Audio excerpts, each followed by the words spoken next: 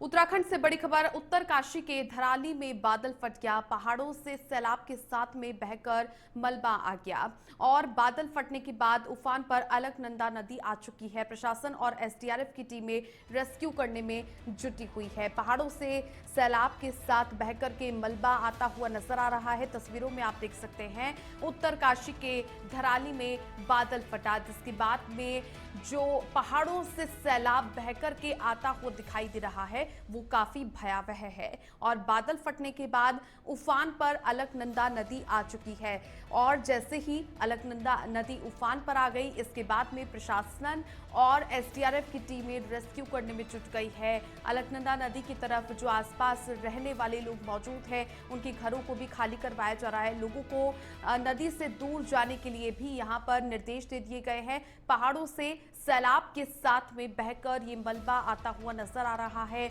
उत्तराखंड से ये बड़ी खबर। उत्तरकाशी के धराली में बादल फट गया क्योंकि मौसम जिस प्रकार से उत्तराखंड में और भी ज्यादा खराब होता हुआ दिखाई दे रहा है। मौसम विभाग ने भी चेतावनी दी थी कि ऐसे में रेड अलर्ट भी जारी कर दिया गया था, जिसके बाद से अब पहाड़ों से सैलाब के साथ में बहकर मलबा आता हुआ नजर आ रहा है। और चूंकि अलकनंदा नदी भी बादल फटने के बाद से उफान पर है, प्रशासन और एसडीआरएफ की टीमें रेस्क्यू करने में जुटी हुई है।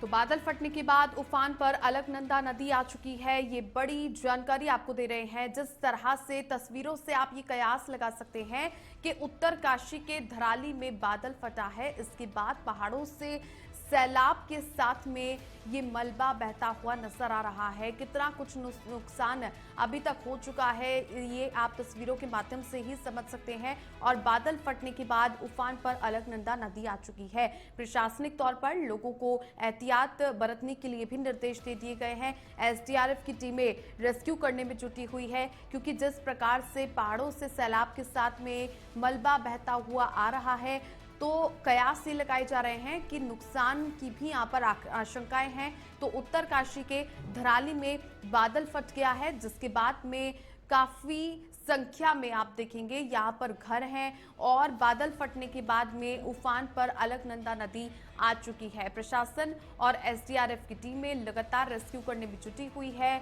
और ऐसे में अलकनंदा नदी के समीप भी एसडीआरएफ की टीमें मौजूद है। पहाड़ों से सैलाब के साथ में मलबा बहता हुआ नजर आ रहा है।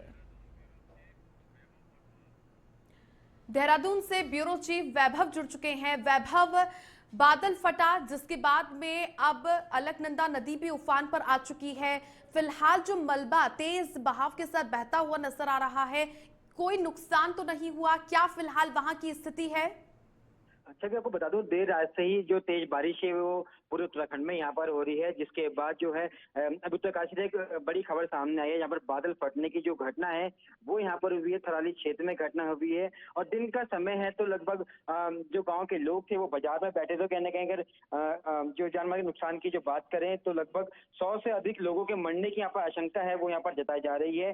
बाकी अभी इसके लिए जो प्रशासनिक अधिकारी हैं वो मौके पर पहुंच गए हैं। साथ ही साथ जो एसडीआरएफ की टीमें हैं वो लगातार जो बचाव कार्य उसमें लगी है कि जो जनहानि हुई है वो कम से कम और जो लोग अभी जीवित या बचे हों उनको बचाया जा सके। जी छवि। वैभव, प्रशासनिक तौर पर तैयारियां क्या पहले से भी कर रखी थी? क्योंकि मौसम जिस तरह से मानसून का सीजन चल रहा है तो ऐसे में एसडीआरएफ की टीमें भी मौजूद रहती है। नदियों के आसपास जो मकान बने हुए हैं, क्या उन्हें पहले से ही निर्देश दे दिए गए थे घरों को खाली करवाने के? छवि, आपको बता दूं, ये प्राकृतिक आपदा है। गंगा नदी का जो रौद्र रूप है वो कभी कभी देखने को यहाँ पर मिलता है। और वहीं अगर बात करें जो प्रशासन के एक्शन की, तो लगातार जो प्रशासन था वो एक्शन मोड में था। लेकिन जो प्राकृतिक आपदा आती है उसका समय और दिन और जगह पता नहीं होती किस जगह पर वो आएगी और कब आएगी। इसको देखते हुए फिर भी जो एसडीआरएफ की जो टीमें थी वो मौजूद थी। और बात करें अगर घरों की, तो लगातार जो जहाँ पर बाढ़ आई है, जहाँ पर मलबा आया है, वहाँ पर 50 से 60 होटल्स थे जहाँ पे जो यात्रीगण है वो रुकते हैं। उन होटलों का यहाँ पर ज्यादा नुकसान हुआ है। जो लोग यहाँ पर मौजूद थे उनको यहाँ पर नुकसान हुआ है। जी छवि।